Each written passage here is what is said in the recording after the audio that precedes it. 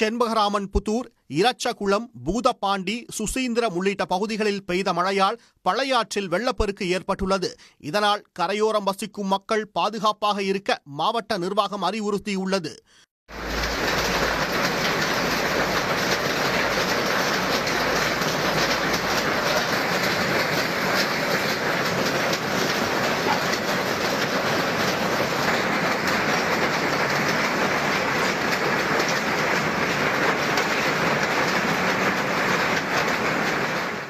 குழித்துறையில் அரசு விடுதி வளாகத்தில் பழமையான புளியமரம் வேரோடு சாய்ந்தது. தொடர் மழையால் கன்னியாகுமரி மாவட்டத்தில் பால் வடிக்கும் தொழிலும் முற்றிலும் முடங்கியுள்ளது. கனமழை எச்சரிக்கை காரணமாக கன்னியாகுமரி மாவட்டத்தில் பள்ளிகளுக்கு மட்டும் இன்று ஒரு நாள் விடுமுறை அளிக்கப்பட்டுள்ளது.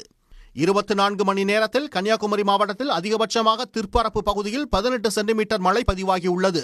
சுருளோடு பகுதியில் 16 சென்டிமீட்டரும், சிற்றாறு 1 அணை பகுதியில் 15 சென்டிமீட்டரும், பெருஞ்சாணியில் 12 சென்டிமீட்டரும், பேச்சிப்பாறையில் 11 சென்டிமீட்டரும் மழை பதிவாகியுள்ளது. உடனுக்குடன் செய்திகளை தெரிந்து கொள்ள சன் நியூஸ் பெல் ஐகானை கிளிக் பண்ணுங்க.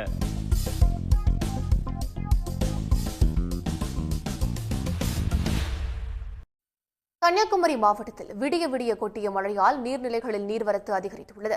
கனமழை எச்சரிக்கை காரணமாக கன்னியாகுமரி மாவட்டத்தில் இன்று பள்ளிகளுக்கு மட்டும் விடுமுறை அளிக்கப்பட்டுள்ளது. கன்னியாகுமரி மாவட்டத்தில் ஒரு வாரமாகவே அவ்வப்போது மிதமான மழை பெய்து வந்தது. நேற்றும் காலையில் லேசான மழை தொடங்கிய நிலையில் மாலையில் பலத்த மழையாக கொட்டியது. விடிய விடிய காலை வரை சூறைக்காற்றுடன் பலத்த மழை கொட்டி தீர்த்தது.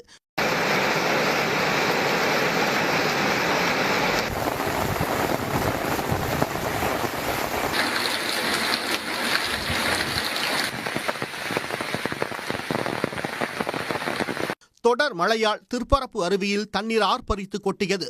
தடுப்புகளை தாண்டி தண்ணீர் பாய்ந்தோடியதால் பாதுகாப்பு கருதி சுற்றுலா பயணிகள் குளிக்க தடை விதிக்கப்பட்டது.